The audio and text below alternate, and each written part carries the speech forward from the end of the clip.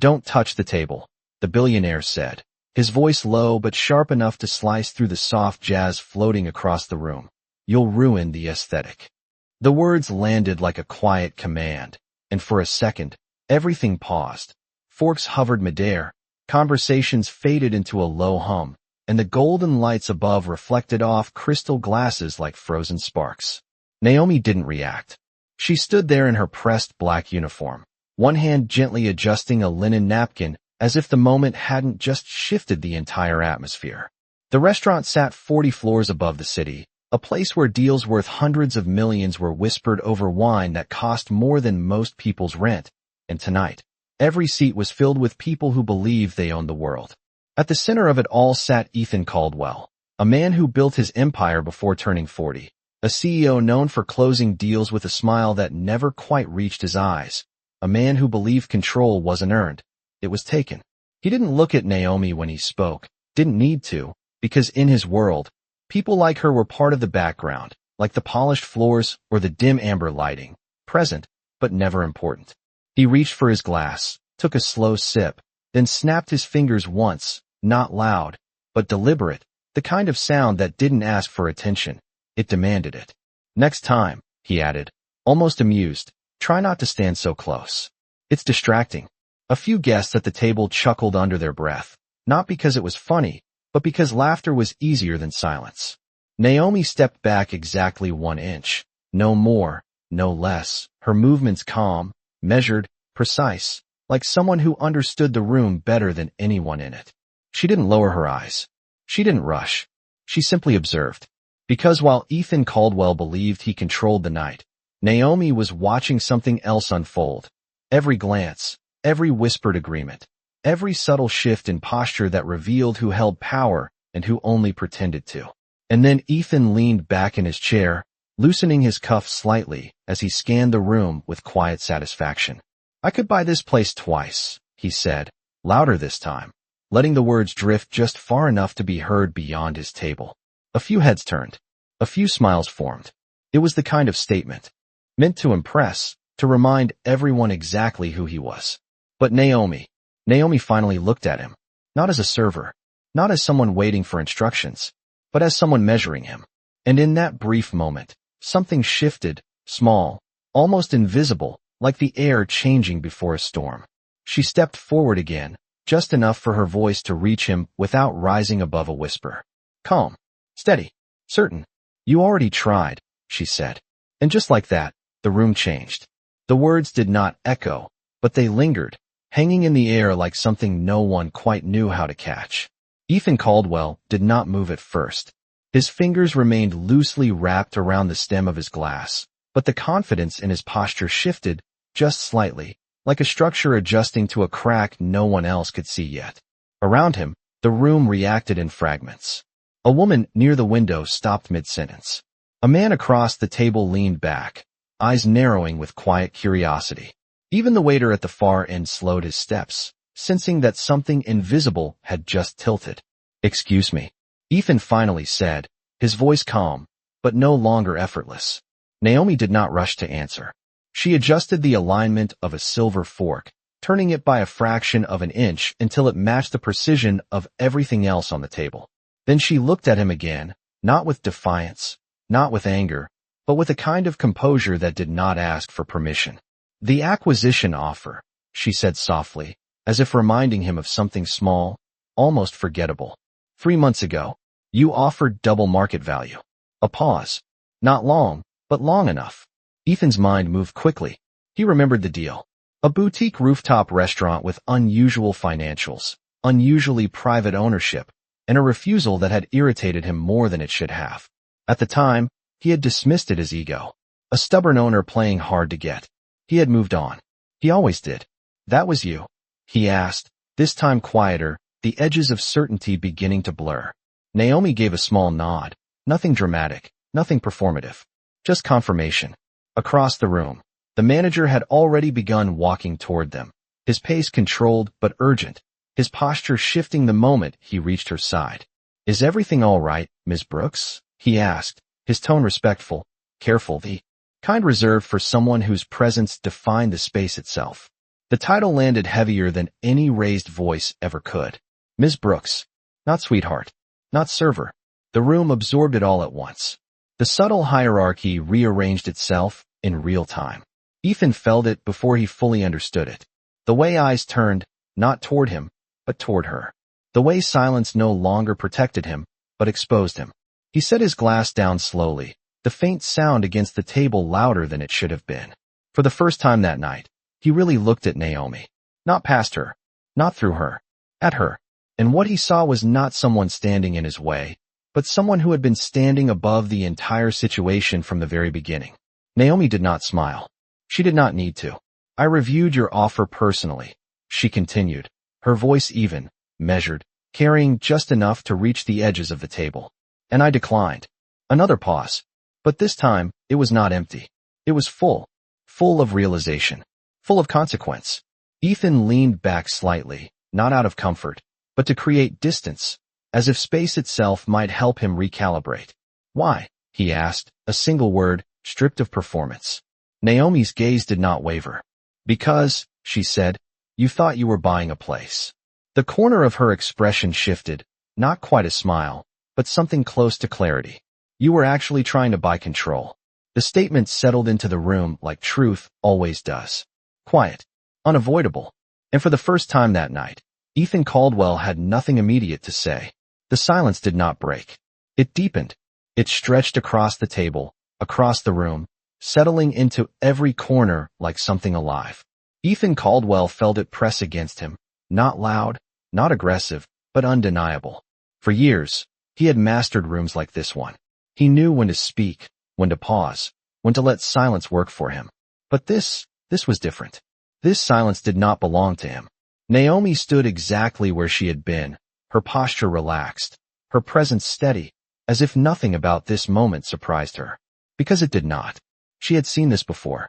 Different faces, different suits, different voices wrapped in confidence. But always the same assumption. That power looked a certain way. That ownership sounded a certain way. That someone like her could not possibly be the one in control. Ethan exhaled slowly, his mind recalibrating in real time, replaying every second since he walked into the restaurant. The way the staff moved with quiet precision. The way the lighting hit every table just right. The way nothing felt accidental. He had noticed it. Of course he had. He noticed everything. But he had filed it away under expectation, not authorship. He assumed excellence came from systems he understood, from people who looked like him. He was wrong. You let me talk, he said finally, his voice quieter now, stripped of its earlier edge. It was not an accusation. It was a realization. Naomi tilted her head slightly, considering the words before responding. You were always going to, she said. No tension, no judgment, just truth. Around them, the room had shifted fully now. Conversations had stopped pretending to continue. Attention was no longer scattered. It had gathered, focused, drawn toward the center like gravity had changed direction. Investors who once leaned toward Ethan now sat back, watching, listening, reassessing. Because power, real power, does not announce itself. It reveals itself. Slowly. Precisely. Inevitably. Ethan rested his hands on the table, fingers interlaced. A position that once signaled control. Now it looked more like restraint. So this entire time, he said, choosing each word carefully. You were. He did not finish the sentence. He did not need to. Naomi completed it without speaking. Her silence answered more clearly than words could. Yes. This entire time. The memory of his own voice echoed back to him. I could buy this place twice. It sounded different now. Smaller. Not because the statement was false, but because it had missed the point entirely. Money could purchase walls, furniture, contracts. But it could not purchase what stood in front of him. Vision. Intention. Identity. The room itself seemed to confirm it. Every detail, every choice, every invisible thread that held the space together pointed back to her. Not loudly. Not obviously. But undeniably. Ethan leaned back again, slower this time. His gaze steady but no longer dominating. You turned down double market value, he said, almost to himself. Naomi nodded once. I did. A brief pause followed, softer than the ones before, but heavier. Most people would not, he added. I am not most people, she replied. No emphasis. No pride. Just fact. And that was the moment it settled. Not just in Ethan, but in everyone watching. This was never about a transaction. It was about perspective. About the difference between seeing something and understanding it. Ethan gave a small nod, almost imperceptible, but real. The kind that did not signal defeat, but recognition. And for the first time that night, the man who believed he controlled outcomes began to understand something far more unsettling. He had walked into a room he did not own. And worse, he had mistaken the person who did for someone he could dismiss. The room did not return to normal. It could not. Something fundamental had shifted, and everyone felt it, even if no one said it out loud. The quiet hum of the city outside the glass walls seemed louder now, like a reminder that the world kept moving, even when a moment refused to.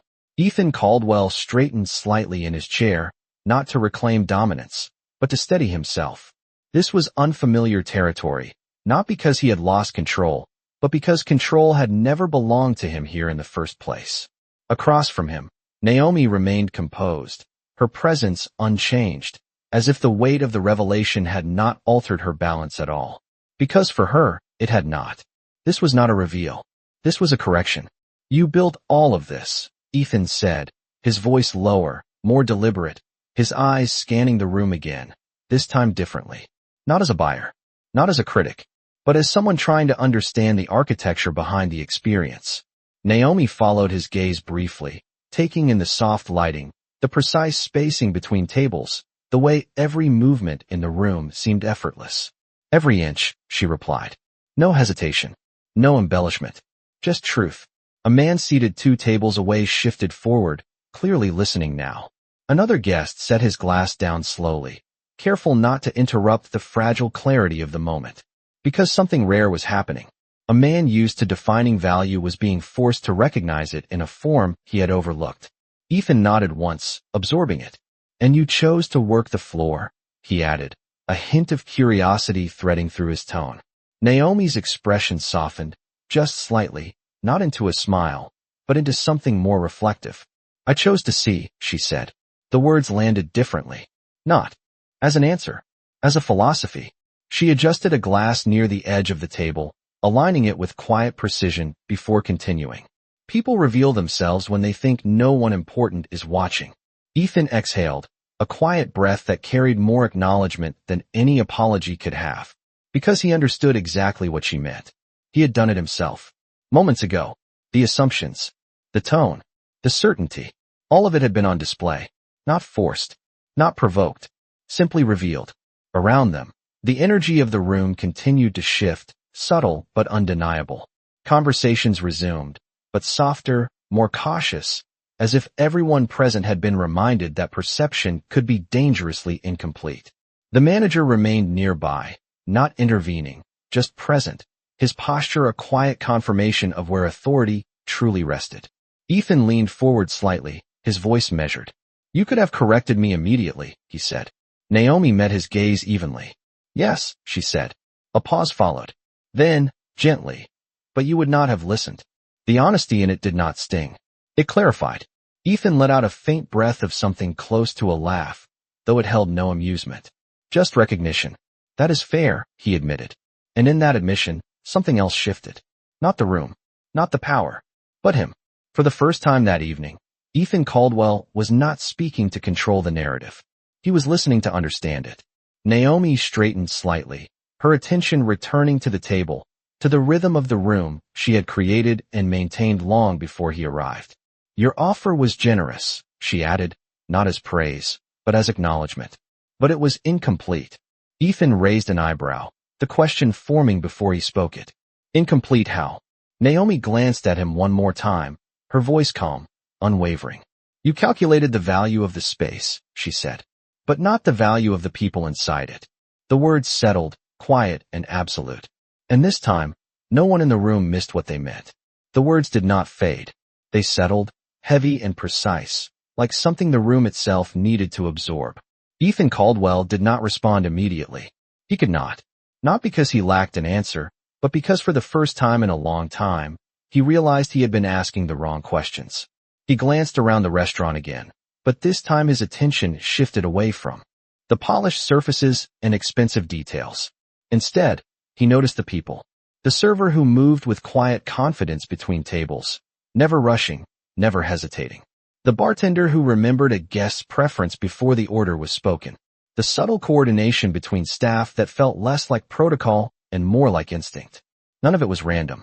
None of it was accidental. It was designed, curated, built, and he had missed it. You trained them, he said, almost under his breath, more to himself than to her. Naomi nodded once, her expression steady. I invested in them, she corrected gently. The distinction mattered. It always had. Ethan leaned forward slightly, resting his elbows near the edge of the table, no longer concerned with appearance, only clarity. Most owners focus on margins, he said. Efficiency. Scale. Naomi adjusted a glass again, aligning it with the others, her movements calm, intentional. Most owners do, she replied. A small pause followed before she continued. I focus on experience. Because that is what people remember. Not the numbers. Not the square footage. The way they felt when they were here. The words did not sound like a pitch. They sounded like a principle. Around them, the energy of the room softened into something more reflective. Conversations resumed, but with a different tone, as if everyone present had been quietly reminded that value was not always visible at first glance. Ethan sat back again, slower this time, his gaze no longer searching for leverage, but understanding. And you think that is worth more than a premium acquisition? He asked. Naomi met his eyes without hesitation. I know it is, she said. There was no arrogance in it. Just certainty. The kind that came from building something that could not be easily measured. Ethan let out a slow breath, his fingers tapping lightly against the table, not out of impatience, but thought. He had spent his entire career identifying undervalued assets, acquiring them, optimizing them, scaling them. It was a system that worked. It had always worked. But this did not fit into that system. Because this was not an asset. It was an ecosystem. And he had approached it like a transaction. A faint shift in his expression revealed the realization as it formed. I underestimated you, he said finally. The words were simple, but they carried weight. Naomi did not react immediately. She let the statement exist, unchallenged, unembellished. Then she gave a slight nod. You underestimated the room, she corrected, her voice still calm, still even. And once again, the distinction mattered. Because it was never just about her. It was about everything she had built, everything he had overlooked, everything he had assumed he could control. Ethan gave a small, almost imperceptible nod in return. Not agreement. Acceptance. And in that moment, something quiet but significant shifted once more. Not in the room. Not in the power. But in perspective. Because for the first time that night, Ethan Caldwell was not calculating the value of what he could take. He was beginning to understand the value of what he could not. The realization did not rush him. It settled slowly, like something that needed space to fully take shape. Ethan Caldwell had built his reputation on speed, on decisive action, on seeing opportunities before anyone else, and moving before hesitation could exist. But this moment did not reward speed. It demanded stillness. And for once, he allowed it. He glanced down at the table, at the reflection of the soft amber lights dancing across the polished surface, and then back up at Naomi. The difference now was not just what he saw. It was how he saw it. So what happens now? He asked, his voice quieter, not because he lacked confidence, but because he no longer needed to project it. Naomi did not answer immediately. She let the question exist for a moment, as if measuring its intent before responding. Around them, the rhythm of the restaurant continued, but more subtly now, like a background that understood it was no longer the focus. That depends, she said finally, her tone even, composed. On what you are here for. Ethan leaned back slightly, considering that. It was a simple question, but not a simple answer. He had walked in expecting to close a deal, to expand his portfolio, to add another acquisition to a list that already defined him. But standing here now, that purpose felt incomplete, almost outdated. I was here to acquire, he said, choosing honesty over performance. Naomi gave a small nod, acknowledging the truth without reacting to it. And now, she asked. The shift in the question was subtle, but precise. Not what he had been, what he was now. Ethan exhaled slowly, his gaze drifting briefly across the room once more, taking in the details he had previously overlooked. The quiet confidence of the staff, the seamless flow of service, the atmosphere that did not demand attention, but earned it. Now, he said, his voice steady. I think I am here to understand. The words landed differently than anything he had said before that night. They did not assert. They revealed. Naomi studied him for a moment, not searching for weakness, not looking for leverage, but assessing something far more important. Intent. And for the first time, there was a shift in her expression, not dramatic, not obvious, but real. A subtle acknowledgement that something genuine had replaced the assumption that came before. Understanding takes time, she said. And patience. Ethan gave a slight nod. I have both, he replied. It was not a claim. It was a commitment. A quiet one. Naomi stepped back slightly, her attention briefly returning to the flow of the room, to the balance she had been maintaining long before he arrived. Then she looked back at him. Good, she said. A single word. But it carried weight. Not approval. Not acceptance. Opportunity. A server approached quietly, placing a fresh glass of water at Ethan's side, the movement smooth, almost invisible, yet perfectly timed. Ethan noticed it this time. Of course he did. And he understood what it represented. Not service. Precision. Intention. Care. He rested his hand near the glass, but did not pick it up immediately. Instead, he looked at Naomi again, no longer as someone across the table, but as someone who had just redefined the entire conversation. Then I would like to start over, he said. The room did not react. It did not need to. Because this was not a moment meant for spectacle. It was a moment meant for change. And Naomi, standing at the center of it all, did not rush to respond. Because she knew something Ethan was only just beginning to learn. Real power does not respond quickly. It responds when it is ready. Naomi did not answer immediately. She let his words settle, just like everything else that had been said that night. Start over was not a phrase she heard often from people like Ethan Caldwell. Men like him did not rewind. They moved forward, faster, louder, more certain. But this was different. The room seemed to sense it too. Conversations softened again, not out of discomfort this time, but attention, quiet curiosity, because something rare was happening. Not a deal, not a negotiation, a shift. Naomi stepped closer to the table, not as a server returning to her role, but as the person who had always defined the space. Her presence did not demand silence. It created it. Starting over is easy to say, she replied, her voice calm, steady, carrying just enough weight to reach him without effort.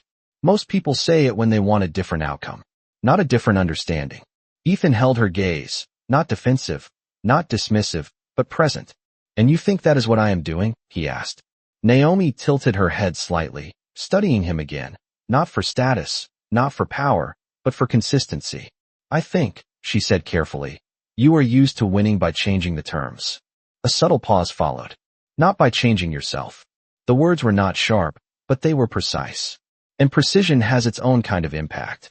Ethan did not react immediately. He could have. He had 100 responses ready, 100 ways to redirect, to reframe, to regain control. But none of them felt right here. Because for the first time, control was not the objective. Truth was. He rested his hands flat on the table, grounding himself in the moment instead of rising above it. Then let me be clear, he said, his voice steady, stripped of performance. I am not here to change the terms. Naomi said nothing. She did not interrupt. She did not encourage. She waited. Because real answers do not need to be rushed. Ethan continued, slower now, choosing each word with intention. I misread the room. I misread you. And I approached this like everything else I have ever done. A brief pause. Not for effect. For honesty. That was my mistake. The admission did not echo loudly, but it carried further than anything he had said all night. Around them, the subtle movements of the restaurant continued, but the focus remained fixed. Not on power. Not on money. On something far more difficult to measure. Accountability. Naomi's expression did not soften into approval, but it shifted just slightly, acknowledging the difference between words spoken out of habit and words spoken out of awareness. Most people would have doubled down, she said quietly. Ethan gave a faint nod. No, he replied. That is what I usually do. And that was the truth. Not polished. Not impressive. Just real. Naomi glanced briefly toward the floor, watching a server pass by with the same quiet precision she had built into every part of the space, then returned her attention to him. So if you are not here to change the terms, she said, Then what are you here to do? The question hung there, simple but absolute. Ethan did not hesitate this time. He had already found the answer. I am here to earn the conversation I assumed I could buy, he said. No emphasis. No performance. Just clarity. And for the first time since the night began, Naomi allowed a small, almost imperceptible shift in her expression. Not a smile. Not approval. But recognition. Because that answer was different. The recognition did not need to be spoken. It moved quietly between them, subtle but undeniable, like a current beneath still water. Naomi held his gaze for a moment longer, measuring not just what he said, but how he carried it. Because words, on their own, meant very little in a room like this. It was consistency that mattered, intention that revealed itself over time. And for the first time that night, Ethan Caldwell was no longer trying to impress the room. He was trying to align with it. Naomi stepped back half a step, creating just enough space to shift the dynamic once more. Not distance. Structure. Then you understand, she said, her voice calm, grounded, that this is not a negotiation. Ethan nodded slowly. I do. And he meant it. Because a negotiation implied leverage. Positions. Outcomes to be won or lost. But this moment had moved beyond that. This was about access. About whether he would be allowed into a conversation he had once assumed he controlled. Around them, the room had resumed its rhythm, but something had changed in the way it moved. The staff continued their work with the same precision, the same quiet coordination, but now it felt visible. Intentional. As if the entire space had subtly revealed the system behind its grace. Ethan noticed it all. Not as a critic. Not as a buyer. But as a student. He reached for the glass of water placed beside him earlier and took a slow sip, grounding himself in the present moment instead of projecting into the next move. So what does earning it look like? He asked, setting the glass down carefully, his voice steady, without urgency. Naomi did not answer immediately. She turned slightly, watching as a server adjusted a table across the room, correcting a minor detail that most would never notice. Then she looked back at him. It looks like time, she said. Consistency. Respect when there is nothing to gain from it. Each word was measured. Intentional. It looks like showing up without assuming you belong at the center. The statement was not directed at him alone. It echoed beyond him. Into the room. Into every person listening without appearing to listen. Ethan absorbed it without interruption. Because now he understood something critical. This was not about proving his worth. It was about unlearning the belief that his worth automatically placed him above others. He leaned forward slightly, his posture open, not imposing. Then I will start there, he said. No declaration. No promise beyond what he could control. Just a direction. Naomi studied him again, longer this time. Not searching for flaws. Not expecting failure. But verifying alignment. Because access to something real required more than a moment. It required pattern. And patterns could not be faked. The manager remained at a respectful distance, observing without interfering, a quiet reinforcement of the structure Naomi had built. Nothing here moved without intention. Nothing here responded without purpose. Naomi finally gave a small nod, not granting approval, but acknowledging the beginning of something different. Then you may stay, she said. Simple. Clear.